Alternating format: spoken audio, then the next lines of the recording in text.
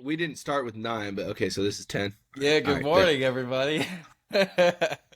Oh, did you already Welcome start it? back. Hell yeah. Good morning, everybody. Welcome back to Good morning. Past Our Prime, episode 10. Jordan, we had a wonderful game. Oh, what's up, Jordan? My Hey, bad. how are you doing? Doing well. How is everybody on this bright, shiny Tuesday morning, day after what looked like a clinic? It was up, definitely a show up to until the see. fourth. I don't really know where to start with this one, though. Do we start with the fact that Jada puts up a 40 McNugget piece on the Pacers, or do we start with the fact that Halliburton goes 0 for 6, 0 for 4 from 3, 4 points? Yeah, Is he let's start with hurt? Halliburton. Let's start with How Halliburton. how hurt is he? Like, I All really right, want to know. so let's just put it into perspective here, okay? Tyrese Halliburton, good night. Good night. Go ahead and get him a binky in a bottle. That, oh my gosh, dude. 0 and 5 gets out. And we're like, oh man, what happened? What happened? And then the commentators are like, watch that right leg. And I'm watching it and I'm watching it and nothing happens. And I'm like, my calf rolls like that when I'm walking, right? Like, what happened? And then they pull up on the screen, a couple games ago, he's got a left ankle soreness, and now he's got a right calf tightness. Even the doctors couldn't even diagnose a strain, bro. Like, you have right calf tightness. Stretch, bro. Stretch before the game. I don't know what to tell you. And then he walks out there in this big ass ice pack around his leg. Like, no, Chet had his ankle on the ground twice and a knee to his shin, and he pops back up and says, nah, bro, I'm good. Halliburton walks out with what looks like a fucking binky in a bottle and says, I'm going to sit out the first half. What? Dude, yeah, you are not ready, bro. Not ready. I'm Oh, thinking and then, it. I'm go thinking it ahead. might have been a heat pack, maybe. I don't know what you used for that. I think it was maybe a heat pack that he walked out because he went to the locker room. I think midway through the first, after a drive where it looked like obviously he's just tripping over himself, turns it over. I think that leads to Alex Caruso layup at the other end. But he checks out after that. He goes to the locker room. He comes back, and there was a time in the second half. I think he I don't know if he started the second quarter. I didn't mean to say second half, but second quarter, he comes back in and just simply cannot do. Like, here's the thing, man. Like, yes, you're hurt, but at the end of the day, he still had some open looks, and Yeah. we're very known to see those shots go down for Hmm. Tyrese Halliburton, and it just looked like, even when you are hurt, it's like when you have open shots and you're playing 34 minutes in a finals game. Those are really crucial situations there. Like, you have to knock those down regardless. Yeah. And even the broadcast, I mean, they were talking about him moving around just fine. Like, they were like, yeah, he looks fine. He looks like he's pretty agile out there. It doesn't look like anything's bothering him. Obviously, you He know, ain't hurt. like when the ball's in your hand, His like ego's hurt. Tell you that. Dort's all over him, man. Like, Golly. and if the real X factor for the series, and they really, I guess we'll get into TJ McConnell later, but TJ McConnell should have played more minutes. I feel like He should have maybe in that started. fourth quarter, he should have started probably because Tyrese Halliburton went out there and laid up a big stinker, Yeah. a Let me big let old me fart. let me just pull up the box score real quick. So you got Tyrese Halliburton, 34 minutes played. 34. 4 Mhm. points, 7 rebounds. You got TJ McConnell, 21 minutes played with 18 points and 4 rebounds. Who should have 18, started this game? yeah, I'll leave it up 18 to points you. in 17 minutes. By the way, he had 18 points in 17 minutes at one point, and obviously those few extra minutes he didn't score, but it was like. It seemed like TJ McConnell could not miss at all. They had no answers for it. He was doing spin moves on Oh yeah. J-Dub. Like, he went at the rim against, I think, Isaiah Hartenstein at one point, just did like a little step back, mid-range Hmm. thing in the paint. Like, it was some beautiful basketball from TJ McConnell. This white Irish guy.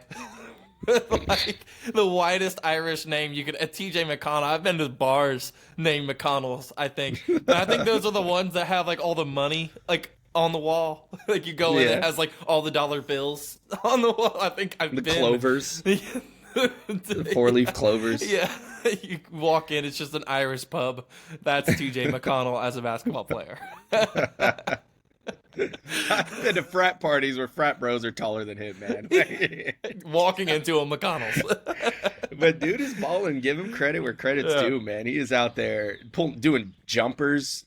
Oh man, yeah, he was definitely a factor in this game. Plays aggressive. At one point, I think he hit a three, and he's like walking back, and he's like, "They have to guard me." He's like, "They have to fucking guard me." I was like, I wonder if he sounds like Conor McGregor. They need to mic up. They need to mic up TJ over Tyrese, man. I'm tired of hearing him cry about nothing. Give Tyrese the hot mic, bro. I want to hear how he. Yeah, what is he saying out there, man? He's always yelling. He's always talking, doing something. Yeah, he gets overlooked, bro. He gets overlooked, and I know he's mad about it. Like, I mean, I would be mad too if you're putting up stats like this and Tyrese is still starting over you. Rick Carlisle, you need to do something. Yeah. Oh, speaking of Rick. Know. Yeah, well, before we get into that, it's like, what can you do? I mean, Tyrese Halliburton has, made a name for himself in the league. He is a star. Like, let's not get it twisted. Tyrese Halliburton is a star. Not a superstar. But he's not a superstar yet. And I feel like that's just, because of what we're witnessing, like what we saw in Game 5, you can't just put up 4 points in a finals game, man. Like, you are supposed to be the head of the snake. You are supposed to go out there and deliver. Bottom line, that's it. There's no questions asked. It doesn't matter how hurt you are. Everybody out there on the floor is hurt. Like you just mentioned, Chet has rolled his ankle twice, got a shoe to the shin or whatever, and he got in a headlock today. Oh yeah, or, last night against who was it? I think it was Miles Turner for a loose Turner. ball, gets put into a headlock. And it's like this guy's still out there, 90 pounds, 7'1", stick figure, like playing basketball. And I mean, what else can you? I mean, he's still not shooting the ball well, but he is putting up some numbers, right? Like he is out there being a factor on the floor. Where it's Tyrese Halliburton, like I'll notice this even before he was hurt. He doesn't drive, and the reason that he doesn't get free throws and the fouls that I think the Pacers are wanting for Tyrese Halliburton is because he doesn't attack the way Oklahoma City attacks. He doesn't attack the way that Shea attacks. Right? Every single time he passes the ball, he's backing up 35 feet away from the basket, trying to get the ball again. Right? He's not cutting backdoor. He's not doing the little things that they need from him to be able to get to the free throw line, to get to the rim. The way he gets to the rim is through high pick and rolls, high ball screen actions, so he can get downhill, and then he can get to like his floater, his mid range, and get to the cup. But as far as like just his off ball presence, it's like you talked about this the other day, Jordan. He looks like he's walking, and I understand he's hurt, but it's like this is the fucking finals. Like we have to do something now. Like, we don't have time to waste. Like, get your surgery after the finals, get your treatment or whatever right after the game. Like, even the broadcast at half, he didn't check in until I think it was like a minute and 1 second left in the second quarter. And the broadcast was like, this is a time, if he's that hurt, to just go get his treatment now. Like, go to the locker room and go ahead and start getting some recovery in before the half ends. But here's the thing. And the third quarter starts. They took him out, and he did. And he got diagnosed with right calf soreness. Like, the doctor couldn't even say it was a strain or, like, contusion or whatever, because there was no bone-on-bone contact. Like, they just said, dude, you're sore. Like, if there's something that comes out later where he's actually coming down with something a little bit more serious, I might redact what I said. But he seemed like in the third and fourth quarter, he was playing fine. He was playing through it. He was playing normal, at least a little bit more normal. But like you said, he's not an offensive threat. You put one guy on him, one pickup after a screen, and it's almost like he's not even a factor. I understand everyone's like, oh, he's a facilitator. He's getting other players the ball. He does all these things. Facilitator or not, he had 6 assists, so it's not terrible. But you played 34 minutes, and you're a point guard. And you only put up 4 points. You need to have 10, 15 assists. He needs to get up to the 17 range, bro. Like, he needs to get up to, like, if you're the Pacers, you're not asking for Shea level type of performances from Tyrese Halliburton. You're Right. asking for your average 17 to 20, 25 a game, right? Like a 30 piece would be nice every now and then, like he did against the Knicks. But that's Right. not Tyrese Halliburton's game. He is a facilitator, but you have to be a threat to score the ball against this Oklahoma City team. And when you're not that, then you get the results that you did tonight. And the Pacers were only 2 points down in the fourth quarter. It's like, imagine if, like, again, I Right. don't know if Tyrese Halliburton, if he's on tonight or not, like if they win the game. But because I think their scheme is to limit Tyrese, limit Siakam as much as possible. Siakam had a great game. But Mm-hmm. all these other guys are the reasons that they're in these games, right? You got Oh, yeah. guys like Neesmith. You got guys like, right, Siakam had a great game again. But you got guys like Nimhard. Miles Yeah. Turner can come in and start, playing bully ball. But when Tyrese Halliburton is off, it kind of just it throws everybody's rhythm off, right? Offensively Right. for the Pacers. And then on top of that, if you're really hurt, then you're not a lot. You're a liability defensively. Yeah. You Oh, are. yeah. You can't move. You can't stay in front of Shea. Like, imagine if you get switched on to Shea. Imagine if you get switched on to a guy like Alex Caruso, which he had a terrible game last night. But it's like all these guys can put the ball on the floor. All these or J-Dub with a 40 piece. Like, imagine you get switched on to him. It's like you're cooked because you can't move apparently. But then you get the ball on the offensive end, and it looks like you're moving fine. And Yeah. there's no And reason to Pascal- not score at that point. Pascal had a hell of a game. He had 28 points, 6 rebounds, 5 assists, 3 steals, and 2 blocks. Like, dude Yeah. was out there giving it his all Right. as a number 2. Yeah. You need your number 14 in 1 the to step fourth. up. Yeah. 14 in Right. the fourth. He was the sole reason that they even came back in that fourth quarter. Oh, yeah. Because it seemed like they, again, just like TJ McConnell in the third, they just had no answers for Siakam. There was a couple bad turnovers by Oklahoma City, especially in the inbound. I think they were trying to throw it to Chet off of a challenge win that Oklahoma City had to challenge. There was a play there in I think it was the fourth, where the ball obviously goes off of Tyrese Halliburton. They say it goes off of Chet. Obviously, Oklahoma City has to waste another. Bless you. Thank you. They have to waste another challenge off of a terrible missed call Yep. from the refs. They win the challenge. They throw the ball in, and Chet is not even able to touch the ball. Siakam just goes down for an easy dunk at the other end. And I think that's, kind of the story of what the fourth quarter and how it started until the Oklahoma City defense was like, okay, this is enough. We have to do something now. So Right. we'll get into the fourth quarter here in a second. But, yeah, we can go back to Rick Carlisle because he got a technical in the what was it, the first quarter? First quarter. Off of a drive from, was it Neesmith, I think? Or and maybe it was where somewhere. Lou Dort was like trying to avoid contact, right? I want to say it was Neesmith or Nimhard. You're most likely right on the Neesmith there. But where he's going up and he's going to take a shot, and you see Lou Dort avoid contact because he knows he's trying to draw a foul. So he just kind of like does this, right? Where he's like, no, I don't want to. And then he doesn't get the call. And Rick Carlisle's over there fighting the ref, gets a technical. But we've seen this before. I'm like, wait a minute. Didn't he do this in the Knicks game too? We talked about it in one of the podcasts where I was like, they ended up losing that game when Rick Carlisle got a technical early on. Yeah. And I understand passion from a coach, but if your players are fouling and you're fouling, again, they look up to the leadership, they look up to the coach. And I understand fighting for your team, but when you're fighting so to the point where you're getting technicals, that's lack of discipline. He man. was getting held back by other coaches. Yeah.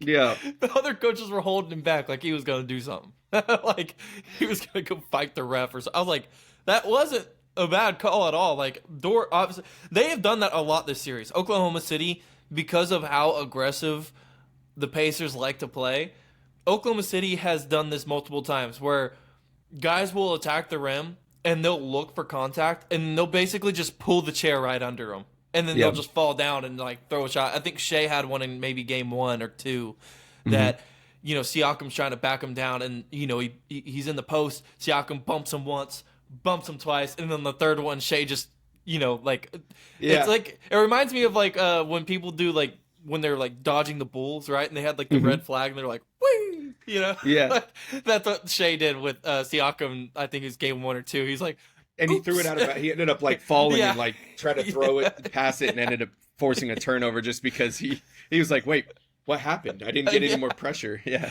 This is the exact same thing tonight. It's like Dort literally just moved out of the way, and it's like Neesmith was the one that created the contact. I think maybe they bumped hips or something like that. But obviously, like when you're jumping into a player and the defensive player is trying to avoid the contact, then that's not a foul on the defensive side of the ball. Sorry, it is what it is.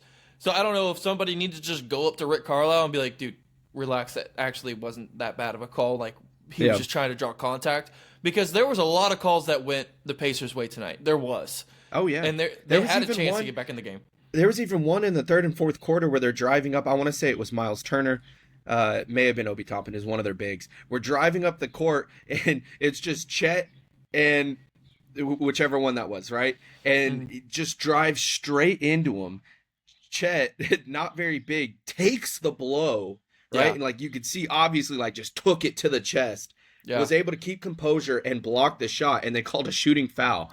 Yeah. And it's stuff like that where I'm like, what else could you do? Yeah, like what can you do as a defender when you're just standing there, right? And it seemed like that third and fourth quarter, especially early fourth quarter or midway through the fourth quarter, that Oklahoma City, yes, the Pacers' offense looked great at times, especially with TJ McConnell on the floor, Siakam going crazy. But there was times, man, where they would miss shots, and it was either an offensive rebound or it was a foul on Oklahoma City every single time. Every single time that the Pacers missed, it was always something like that. It was an offensive rebound for the Pacers, or it was a defensive foul against the Oklahoma City Thunder, which essentially gave them more possessions or free throws or something to just keep the Pacers back in the game. Because Oklahoma City did have the lead for, again, I don't think the Pacers ever took the lead. Maybe they had a lead, maybe like early first quarter. But other than that, Oklahoma City maintained the lead the entirety of the game. Yeah. And that third quarter, getting a lead early on is crucial for the Thunder, especially playing at home, because Shea was able to get a lot more rest in the first and second quarter. And I liked seeing Caruso and J-Dub handling the ball and filling out that role and maintaining the lead with him being off the court. I really liked seeing that. Mark realized early on, hey, if we're going to have this lead and we can maintain it, keep the rhythm going, let's give Shea some more rest for the fourth quarter. And that's exactly what happened. Yeah. Once again, both these teams start really hot, though. They start very hot. Oh, yeah. Thunder start Double 7 big. for 9. Double big. Thunder, yeah, they start with Isaiah Hartenstein again, which it seemed to work this time. They weren't able to really slow down the Pacers' offense defensively, but they caused, I think, 3 to 4 turnovers early, which allowed them to have more possessions, and they just capitalized off those possessions. So Thunder start 7 for 9, and then the Pacers end up starting 5 for 6 with 3 turnovers. But that essentially leads to the first timeout called by the Pacers at the 7:45 mark in the first quarter. And I think they grew the lead up to like 11 or 12. The Thunder did at one point. And then, of course, the Pacers never quit. They start hitting their shots again. Oklahoma City's offense goes a little bit stagnant. And then Rick Carlisle gets the technical foul. So it's like, and then that kind of, I don't know, man. We've seen that before. We've seen it before. We've seen it all before. And again, like this series in particular is just so unpredictable. I don't know, like everything, like you talk about Oklahoma City shooting 3 threes, making 3 threes in Game 4, and then coming out tonight, and then they made 3 threes within like a few minutes. Yeah. Of the first quarter. I get it. I mean, not to that extent, but I get it. You know, you're shooting away. You don't have that crowd, that energy. You have to create the energy within on the court. Shoot with confidence, forcing shots A, B, C, and D, right? But it just seems like when you go back home in that Paycom Center, it's just a completely different energy for the Oklahoma City team. not just this year, but every year. It's when you get into Loud City, it's Loud City for a reason. That for sure. stadium is roaring. Every bar from Norman to Edmond is just filled. You cannot find a seat anywhere.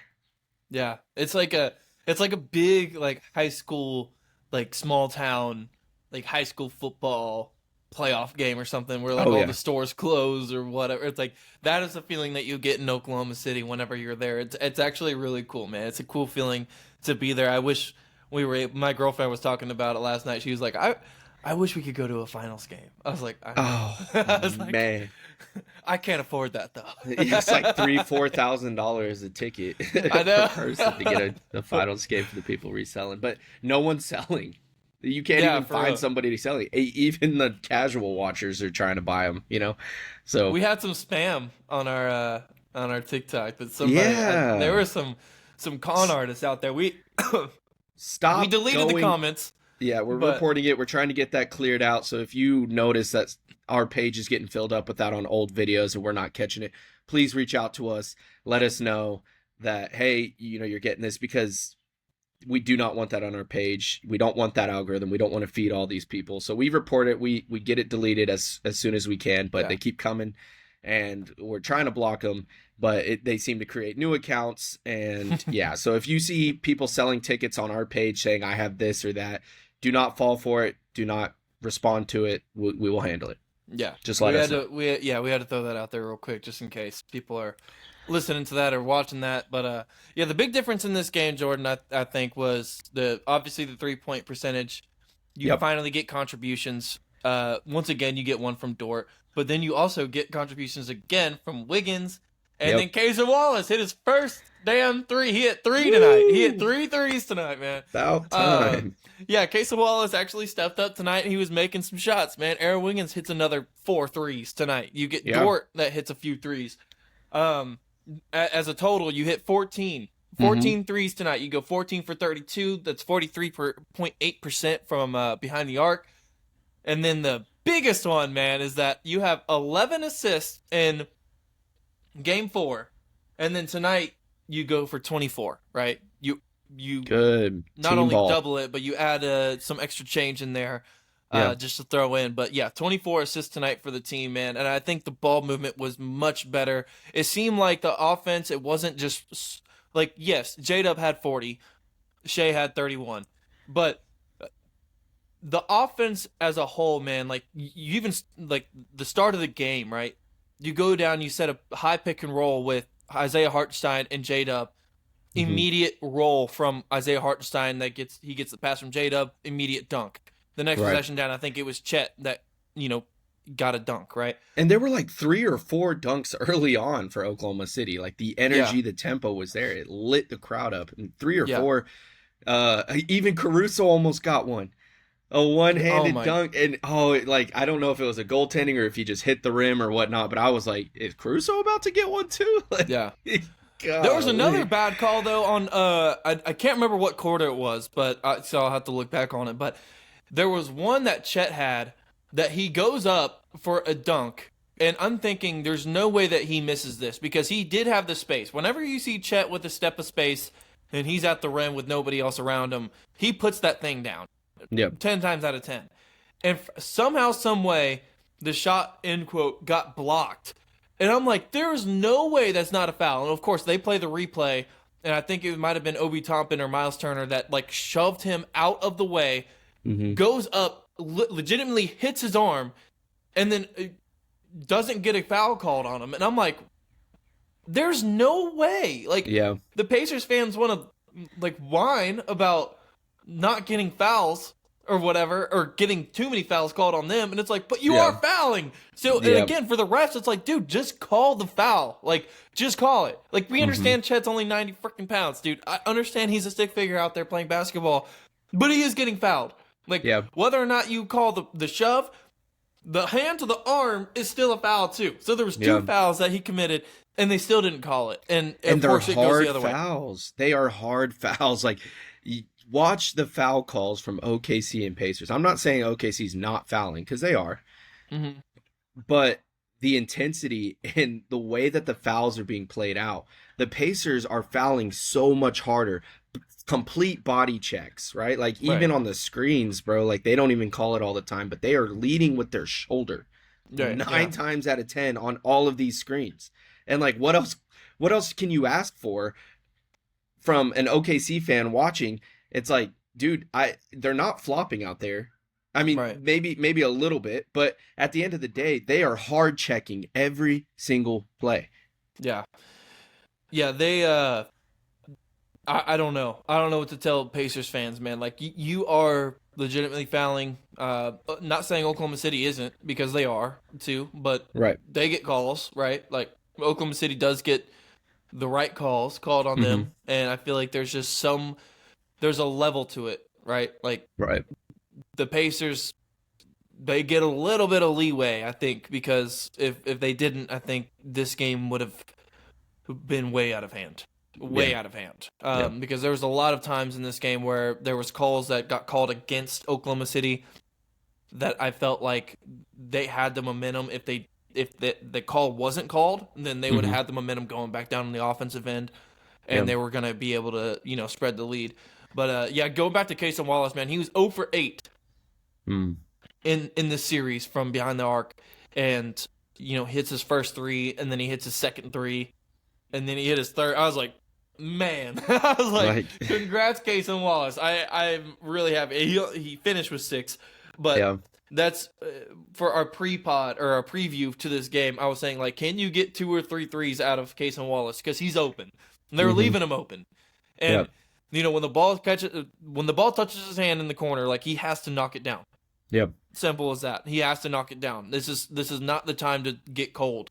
And so I think Casey Wallace did a good job. Obviously, you get the contribution from Aaron Wiggins as well. But Alex Mm-hmm. Caruso was the one I was surprised about, actually, because he goes 1 for 8. Mm-hmm. Again, there was a few possessions, one in particular, that he shoots a 3, they miss it, or he misses it. They get the offensive rebound. They spray it around a little bit. He catches the ball again, wide the hell open, wide open. Mm-hmm. Misses it again. And I'm like, oh my God, if Oklahoma City could just knock one of these down, Yeah. like, the crowd's gonna go crazy. Your defense is gonna get hyped up again. The lead's gonna grow to like 17. The game's gonna Mhm. be over. But you just can't simply knock them down. And then that is another reason why the Pacers were able to come back into this game. But with all that being said, man, player of the game, gotta be J-Dub. Yeah. Got Wow. to be J-Dub, man. 40 points for J-Dub. Even London's grandma was like, I like that Jalen Williams guy. He's my favorite person on the Thunder. And I'm like, what do you like about him? She's just like, I just like his smile. He's just a sweet boy. Like J-Dub just has this like grandma energy, likability about himself, where he's just cheesing. And then everyone's holding up those faces of him with his hair all pushed out, like high school senior photos type of photo, where he's just now he's got it braided back, right? Yeah. he's just cheesing. He's just got that grandma likability about himself. He got a little baby face, you know what I mean? Like, Yeah. he's like, you got to think, bro. Like, this is still his third year in the league. Yeah. So he's still super young. He's only 24 years old, man. You talk about Casey Wallace, who's 22, right? Like, a lot of these guys, Shea's only 26. Isaiah Hartenstein's 26. Their oldest guy is, I think, Kenrich. But Alex Caruso at 30, 31 years old, it's what can I don't know, man. This team, I don't understand how people don't like them, because they're super young. They play athletic. They play with a lot of aggression. They play for each other. Yeah. And that's just something to really that's something that you want from a team, man. Especially from a coach's perspective, like myself. It's like, I want to have my young guys hang out with each other and, off court, just go have, go to Cane's and eat some food or whatever. Like, whatever. Just good souls out there, man. Even Hardenstein. There was one where he went up on, it was somebody smaller than him. I can't remember, but he did kind of, hit him, right? And was like over the top on him.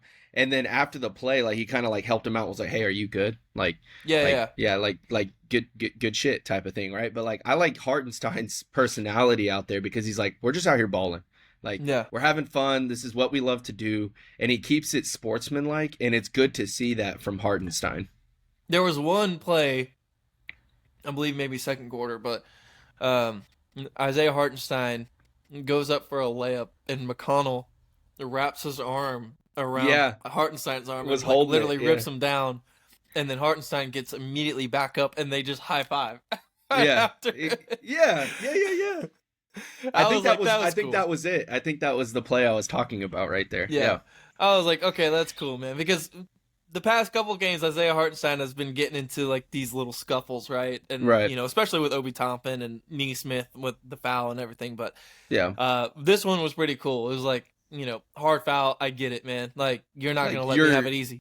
Right, you're not gonna let me have it easy. I tower over you. You're like 6 foot. I'm like 6'8". You know, like what else can you do from TJ McConnell? You just don't let him score the ball. So he realized it was a hard foul. He kind of hit the deck, but he was like, yeah, you know what? Like, he's fine. I would have done the same. Yeah, I would have done the same. 250 pounds, 7 foot. Like, what can you do? TJ McConnell's 6 foot, 145 pounds. Yeah, like it didn't hurt that bad. Like, and it's okay. It's just good to see that mutual respect out there from them, and you know, you see all the time with athletes like Draymond that just have like this bad attitude about the game. You know, just I'm out there to just run through you and bully you, body check you, punch you. It's good to see a good heart out there, especially in the NBA Finals. Everyone's out there competing, you know. So you just got to respect the game and respect the players, and Hartenstein does a great job at doing that. Yeah, I think the whole Oklahoma City team does a good job doing that, and the Pacers do too, man. I like the matchup just for that fact too. It's like, you're not seeing a bunch of people out there just getting like butthurt about every little thing ever. I think Game 5 was a little different. Like, Pacers did complain a lot about little things, and I think it's just because, again, like, you're very passionate about this game. Right. You need to win it. You're trying to go back home with a 3-2 lead. Like, for both these teams, man, you are in it to win it for this game, man. You really need it, especially for Oklahoma City, though. Like, you need this game. You cannot go down 3-2 going back to Indiana, playing in front of their home crowd. It's so hard to win on the road, man, especially in the playoffs. And if you were to drop this game, and I was really worried for the Oklahoma City Thunder in that fourth quarter when they brought it back down to 2, the Pacers brought it back down to 2. I was really thinking, man, like, Oklahoma City's about to blow this again, and another fourth quarter just collapse from one of these teams again, man. And it's like the Pacers coming back again, and we've seen it from the Thunder now where they come back in the fourth quarter. We've seen it from the Pacers where they come back in the fourth quarter, and I was about to be like, yo, is that how this whole series is going to be? Is we just have to be down in the fourth quarter? It's like, as long as you're down 10 in the fourth quarter, whoever's down 10 is going to win the game. That's how I was thinking. And that, because every single game, it feels like it's been like that, right? Except for game 2. So, back to J-Dub, though. I really want to touch on J-Dub, man. 40 piece McNugget, man. J-Dub, 40-piece McNugget. I didn't see in the box score. What were his stats? His final stats? I didn't check the box. Let's see. J-Dub was 14 for 25. Okay. 3 for 5 from 3, which, again, we've been looking for somebody to just hit threes consistently. And J-Dub, he's had this, like he does this little over the head. But we've been looking for that from J-Dub, especially from behind the arc. We know that he can get downhill. We know that he can attack the rim. It's just the amount of contact that he's taking game in and game out. You start to really worry for his like, we talk about Tyrese Halliburton's health. This dude is getting clotheslined going into the paint, man. Like, he's taking some big hits and big falls. And he's just popping right back up, man. Hitting down his free throws, getting back on defense. He's also having to guard Tyrese Halliburton at times. He's having to guard Pascal Siakam. And then going on the other end and dropping 40. Yeah. After guarding their best players. It's absolutely wild what this dude is doing at 24 years old, third year in the league. Huge performance by J-Dub. Crazy, man. Yeah. He was I think he was like a plus 14 or something. He had some wild finishes, man. When I talk about wild finishes, He was going into the lane high off the glass, man. Like, softest touch you could ever imagine. Off Yeah. the glass, banking it in. With both hands. With the Right left and the left. right. Man, Yep. he was, again, hitting threes. He didn't really rely too much on his midi this game. I feel like those were kind of like the shots that he missed. Yeah. But when you're hitting when you hit three from behind the arc, that kind of makes up for the missed shots that you hit from your mid range. Mhm. But then your finishes from around the rim were just absolutely wild. So I Yep. have to give my player of the game to J-Dub. He also, I think, knocked down like 9 free throws. I think he was like 9 for 12 Mhm. from the free throw line. So again, just when we talk about the aggression, like he's getting downhill, he's taking the contact, whether he's finishing or not, he's popping right back up and he's just knocking down free throws. Goes 11 for 11 in game 4, then I think goes 9 for 12 in this game. So congrats J-Dub, man, for the 40 piece. I wouldn't expect that. I think his point total has increased from every single game this playoff series. Mhm. So if you don't remember game 1, he had a terrible game. I think game 2 did a little bit better. Game 3 gets a little bit better. And then game 4, he goes off for 27. And then game 5, now he goes for 40. So do we expect another 45 piece in game 6 Oh from my J-Dub God. if he's going to keep that trend going? I don't know. And you I notice doubt that he did the same kind of with Denver as well. Yeah. Or was He it did. Denver or Minnesota? Yeah, I think Minnesota it was. series, he did pretty well the entire It was series. Denver. He started out slow, and then they said, we need more contribution from you. And he realized, he even self-reflected in some of those interviews, like, my team needs me to step up a little bit more. Yeah. During that Denver series, and you notice that the progression over the series, he did better and better. So Yeah. Until that game 6, man. Game 6, I think he had like 6 points or something Yeah. like that. I mean, it was not a good game from J-Dub, and then the Oklahoma City fan base was going berserk about J-Dub. They're like, trade him! And I was like, whoa, you guys need to chill. You guys need to chill. And then Whoa. obviously goes out in that game 7 and just has a phenomenal game. But yeah, that's kind of what you get from J-Dub. He's going to be consistent, but there is also going to be games where he doesn't do as well. But I think the Oklahoma City fan base just needs to chillax a little bit, because they have to remember that this dude is super young. Yeah. Super young. I mean, this is the first time that anybody has been here, right? You can expect your game from Shea, but besides that, you can't really expect anything out of anybody, right? Like, the regular season is a regular season. We know the numbers that they put up. J-Dub was an all-star this year, but this is the first time for everybody. The stakes are way higher. The lights are way brighter. So you can't expect J-Dub to go out every single game and drop 30 for you. That's just not possible. You can't expect him to go out and drop 25 every game. Right. But what you can expect from him is to play really good defense. He's giving it all defensively. Like I said, he's guarding the best players on the other team regardless of the night, regardless of who they're playing. He's guarding their best players and then also trying to contribute on the offensive end, which is a big ask, right, from a third-year player. So, again, congrats to J-Dub, man. That is one hell of a game. I don't know if we'll ever see that again, but one of the best performances I've ever seen in an NBA final, I think, ever. And Yeah. I think there was a game where Kyrie and LeBron both went for 40 or something like that. So this was pretty close, but not quite. Shea Right. goes for 31. I think he went 9 for 21 this game. Not the most efficient night from him, but you didn't really need it, right? If you got J-Dub going for 40 and then you got other guys actually contributing, whenever you put up 120 points in a game, that means obviously something went right for you. Right. So you didn't really need the 50% from the field Shea tonight whenever you have everybody else stepping in. So Oklahoma City Thunder really take it away. My stinker of the game, though, has to go to Tyrese again. I know we talked about this earlier, but it's just hard not to talk about. It's really hard, man, to go 0 for 6 from the field. I understand that you're hurt, but everybody else is hurt, and you have to play through it. As simple as that, and I'll kind of just leave it there because I know we've already touched on it. But if they want to make a change, if Rick Carlisle wants to make a change, then I would suggest maybe not starting TJ McConnell, but if Tyrese Halliburton is having another game like he did in Game 5, in Game 6, then I would for sure go with TJ McConnell to finish the game. I would sit Tyrese Halliburton. I don't care what kind of name that you have.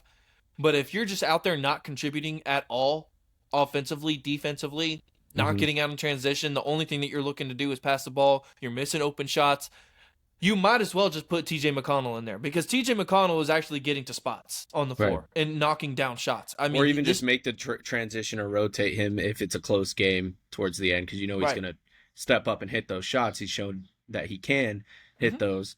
But yeah, for the consistency throughout the game, give TJ McConnell more minutes. Yeah. And then you also had another really bad game from Benedict Mathurin. Yeah. He went 7 points, 8 rebounds, 1 assist, 2 blocks. So he was 2 for 11. Defense, not terrible. I mean, 8 rebounds is the highest the Pacers had. He had the most rebounds on the team. Right. But yeah, 2 blocks. I mean, defensively he was solid, but yeah, again, 7 points. I mean, you're going to need a little bit more production, especially from one of your guards.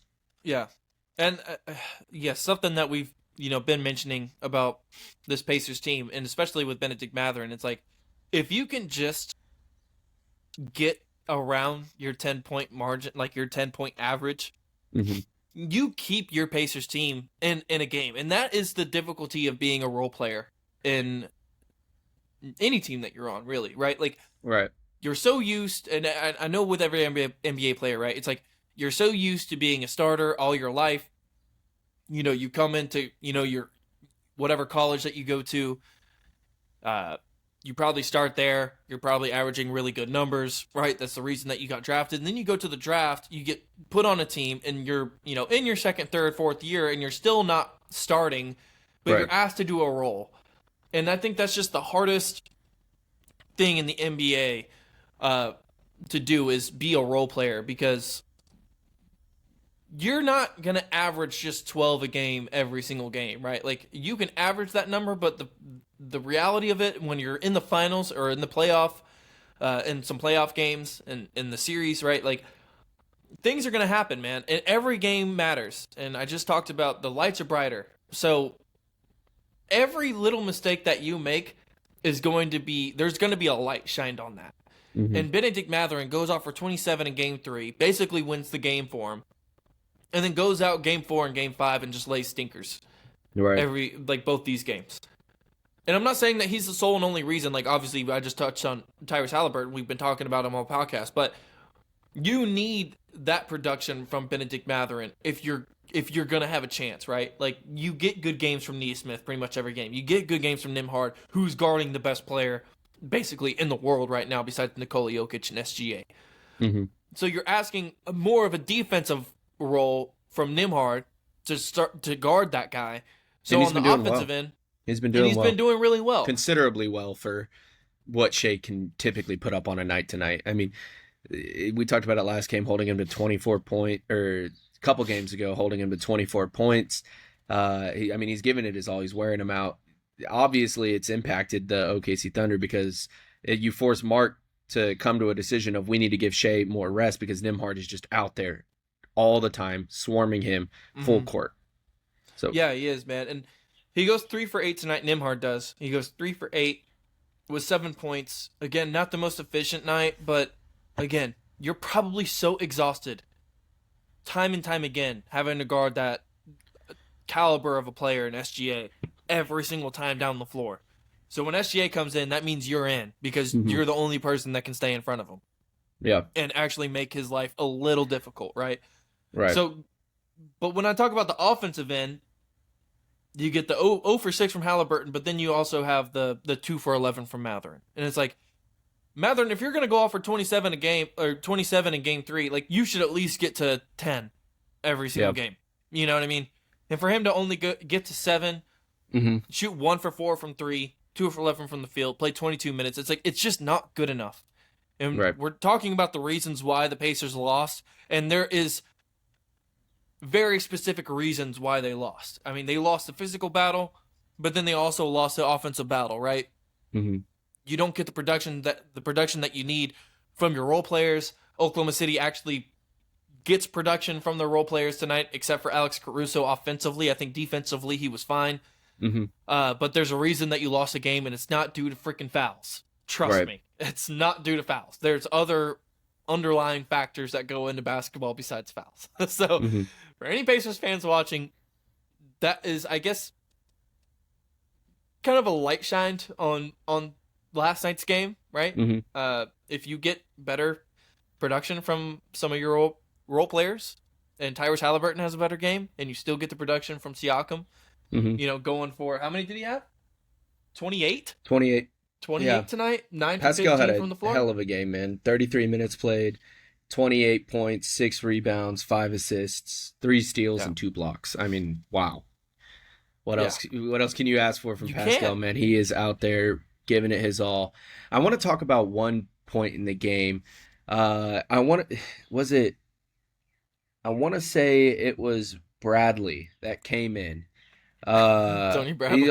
He only had 12 minutes played, but there was one time where he was holding Hartenstein's arm, and Hartenstein goes up and gets the rebound with one hand, right? Because he's obviously being held, gets the rebound, and like they're still not calling it, right? And then he goes up for a shot and gets fouled there because he's still holding on to his arm. Yeah. So he's taking shots and he's walking back, and Bradley still has his arm.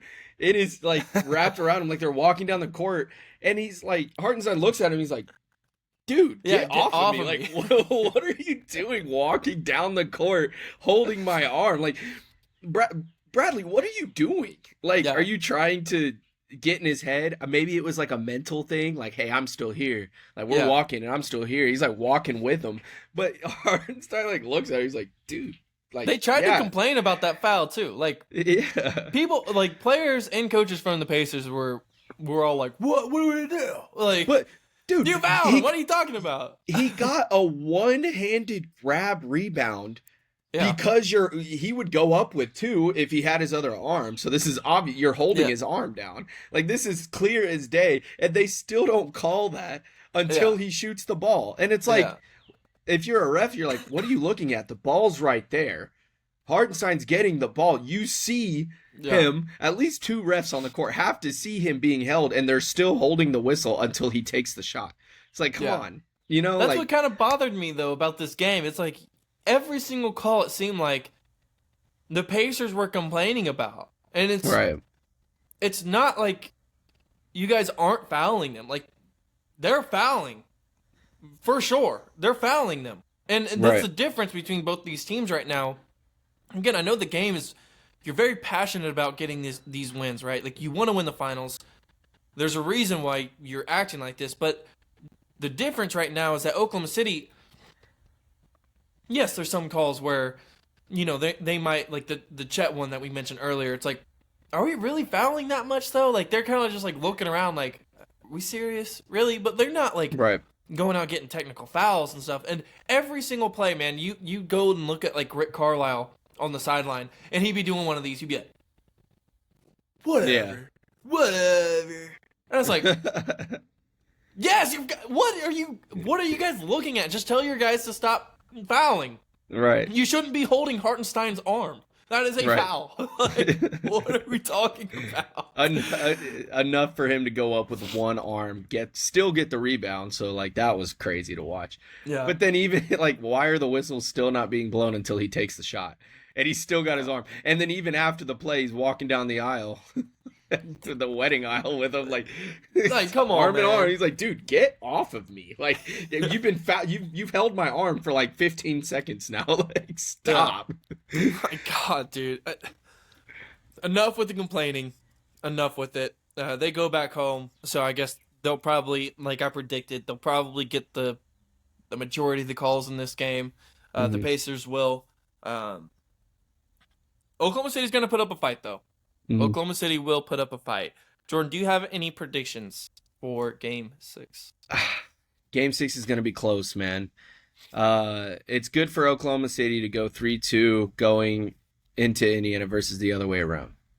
Yeah. And I'm going to say it's going to be close, but I want to say the Pacers take this one. I do believe it's going to go back to Game 7 back in Oklahoma City to see the ultimate showdown. But the way that politically that the calls have been going at home versus away, and the energy and the tempo. I mean, Oklahoma City is going to have a dogfight this next game. They are. They're going to have to swing. They're going to have to realize that all the calls are going to not go their way, right? Mm-hmm. Not all of them, but most of the calls are not going to go their way. They have to keep that tempo up. I think they've made the right adjustments, starting with Hartenstein, limiting Shea's minutes. They have to catch a lead early to give Shea that rest. And if they can do that and shoot in the first and second quarter, if they can shoot consistently and with confidence and build that lead so Shea can have more rest in the fourth quarter, they might have a chance at winning. But if they are off offensively, it's going to be really, really hard for Shea to get that rest time. But I want to say the Pacers are going to take this next game, but I think it's going to be a nail biter. Yeah, that's actually my next question. What does Oklahoma City specifically have to do to take this next game? Shoot with confidence. Yep. Yeah. They have to shoot with confidence. They have to shoot with consistency. If you could get a 30% from behind the arc from OKC, it's going to be an easier game for them. They cannot have another game where they're shooting 18%. They can't. Yeah, they can't, man. If they have another game like they did in Game 4, you can just go ahead and wrap it up, get your bags packed, go back to Oklahoma City.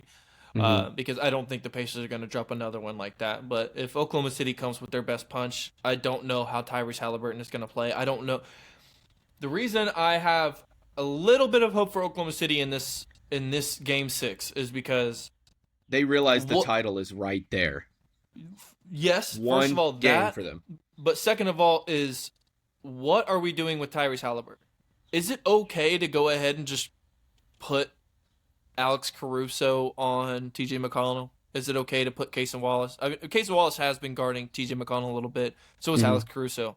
But, is it a thing where it's like, let's just go ahead and put Dort on TJ McConnell? Put J-Dub on Siakam. If Tyrese Halliburton is that hurt, if he's just not going to provide for this team at all, then fuck it. Let's just put Isaiah Joe on him or something like. Right. I don't think that'll work, but again, you do still have to stop his facilitation, because he does know how to sling that ball. He puts the passes in very great spots for them to catch and shoot. I mean, he does have that facilitator factor about him. Just offensively, shooting wise, you just need somebody quick in front of him, I think, and have active hands. Do you think if Tyrese Halliburton has another super inefficient night like he did last night, they lose? That Oklahoma City, they lose. Pacers lose. Yeah, I've said it time and time again, even before the series. If Tyrese Halliburton is off, the Pacers do not stand a chance, and I stand by that. Now, I was not expecting, even when I said that, I was not expecting TJ McConnell to come off the bench and do as well as he has been doing. Man. But I stand by it. If Tyrese does not perform well or take the head of the snake and is just snaps first, if he does not come out swinging and shooting efficiently, the Pacers lose the series. I think I agree with that. My prediction, though, is that I think the Pacers will win this one. I'm going to keep predicting the Pacers because it seems like every time I want the Thunder to win, they lose. So yeah. I'm going to keep predicting the Pacers. I truly do think that they'll win this one. I really thought they had a chance in Game 5 to win, and they just ended up turning the ball over 1,000 times. Do you want to talk about that really quick? The Pacers, they brought the game back down to 2 in the fourth quarter. And there was 3 possessions in a row, and I'll go over it really quick. There was 3 possessions in a row that the Pacers simply turned the ball over, and every single possession led to a score on the other end, whether it was fouls or it was a dunk by Casey Wallace. But yeah, it started at the 6:12 mark. Shea, he gets a really nice steal. He goes coast to coast, gets an and one. Right? That brings the lead to 108 to 97. So now they're up 11. Shea gets another steal the next possession. J-Dub hits a crazy layup off the glass. That brings J-Dub's total up to 37 points. Now it's 110 to 97 with 5:45 left. Caruso, another steal the next possession. J-Dub hits 1 out of 2 free throws. Brings the score to 111 to 97. And then the next possession, Dort with a steal. SGA gets fouled. So it was 4 possessions in a row. SGA hits 2 free throws, brings the lead to 113-97, and it was done from there. Oh yeah. And then J-Dub, I think a couple of possessions later, hits the turnaround jumper to get him to 40. That was a wild move. And we talked about the mini earlier, like he wasn't hitting, but that one, that looked Jordan-esque, if you ask me. That one was nice. That one was really nice. Well-deserved win, man. Definitely took it by storm. Showed up, performed very, very, very well for a finals game. And any game at that. Performed very, very well. Dropped a 40 piece. Yeah, awesome. Yeah. And it was even before that, too. I think J-Dub hit a 3 to bring them up like 5 or something like that. And then the Pacers turn it over. Leads to a Case of Wallace dunk. And that brought the lead to 7. So it might have been 4 or 5 possessions in a row where they turned it over. Because then right after that, that's when I started writing down the Shea steal, coast to coast. Shea another steal. Caruso steal, Dort steal. It was like, oh my God. We talk about the momentum switch for this Oklahoma City team, and it always happens on the defensive side of the ball, unlike what the 2016-2017 Warriors was, where they just started hitting up random 35-foot threes. But with Thunder, it's always defense. It's turnover, basket, transition points. And they had a bunch of those tonight, man. And I noticed, sorry, I didn't mean to cut you off. I noticed that Oklahoma City, like kind of what we were saying a few podcasts back, was if you're Oklahoma City, just guard the perimeter because you know you're going to shoot the 2 on the other end. How well J-Dub is performing, how well Shea is performing to get those 2s quick and early. When you're OKC, I was just saying in the fourth quarter, just guard the perimeter. You'll hold the lead if you just not let them hit those 3s. And that's exactly what they did. It was like a clear out of the paint. If you're going to drive in, make a move, and make it 2, that's fine. I would rather that happen than you guys start draining 3 threes consistently, and now you're the 15-point lead you had is now down to 6. Right. So, or 15-point deficit that you were at is now down to 6. And it seemed like in the fourth quarter, that was the game plan, was, if you notice, the paint just was cleared out. Everybody's around the perimeter because they're like, dude, take the 2 because we're going to control the pace on the other end. We're going to shoot efficiently. Just don't let up those big numbers. And that's kind of why they got back into the game because, again, the Pacers, they would miss shots and then get the offensive rebound, kick it right back out, and then it was another 3. Right. And then that's how they pretty much got back into the game, right? And, like, yes, there was great games from Siakam, right? Like, a great game from Siakam where he puts up 28.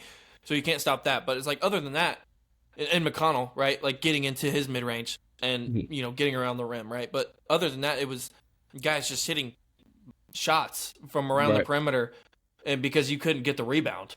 Right. And it's like, come on, man. Like, just box out, get the rebound, fight for the loose balls, which I feel like they did really good at late in the fourth quarter.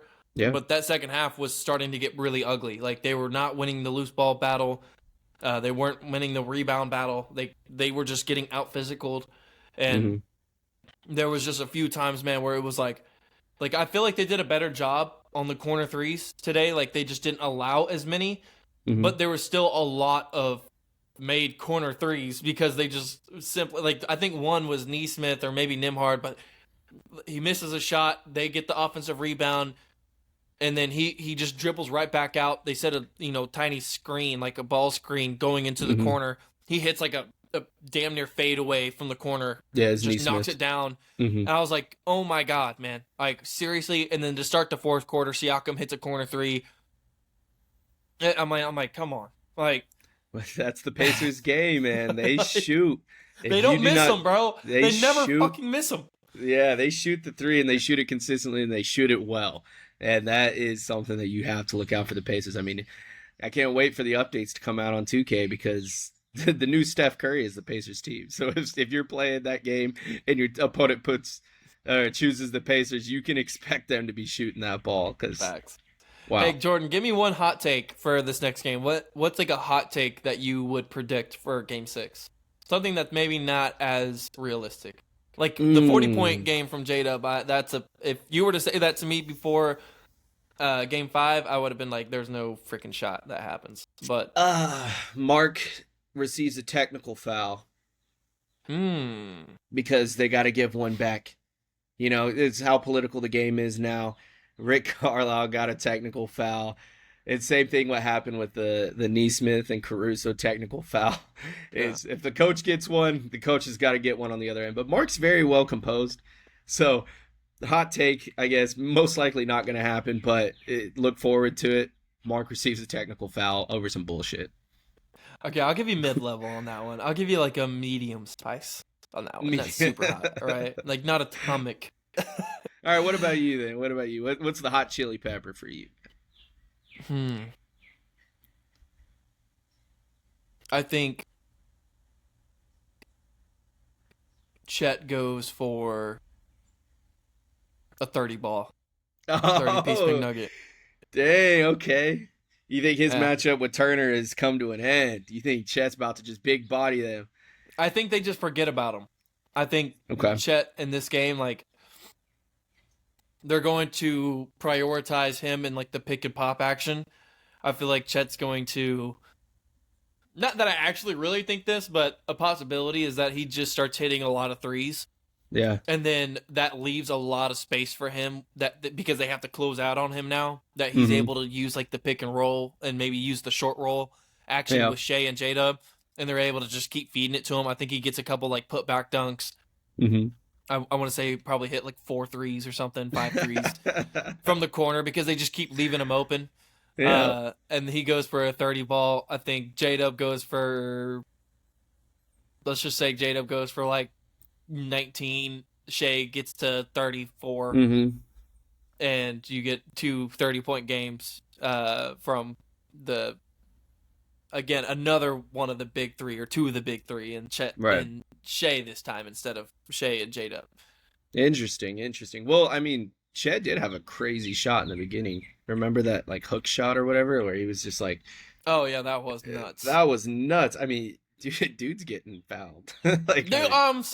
He was getting fouled on that shot. I don't care what anyone says, but for him to throw that hook up there, I mean, that was crazy. Yeah. What kind of level would you give me on that one? What kind of spice level? Yeah, that's a hot take for sure. I don't see Chet hitting 30. I don't see Chet, but it would be if it does happen, I'm gonna tip my hat off to you, man. That's crazy. And if Mark gets a technical foul, you gotta write that one. Oh my god, dude, we gotta run this back afterwards and be like, we just called all of this. All right, I think we'll end it there, guys. The Thunder take Game 3. Jordan, take us away with the socials. I'll do my outro after. Yeah. If you guys like what you heard today, you could check out Past Our Prime on YouTube, the full unedited version on YouTube and Spotify. Feel free to check out the clips and the reels that we're going to post after this on Instagram, YouTube Shorts, and TikTok. It's going to be Past Our Prime 25. Feel free to engage in any comments that you see. If you do end up seeing the spam or whatever, please let us know. We'll look to get that taken down. Don't fall for any of those. They're not really selling tickets. They're trying to get your money. So, at the end of the day, hit that like, subscribe, all of that. Nice. I don't know what you're doing. Were you? You were like Past Our Prime 25. I was like, oh, okay. I Stupid. Thunder take a series lead 3-2 going back to Indiana. We will see you after Game 6. Until then, be easy. Peace. Take care.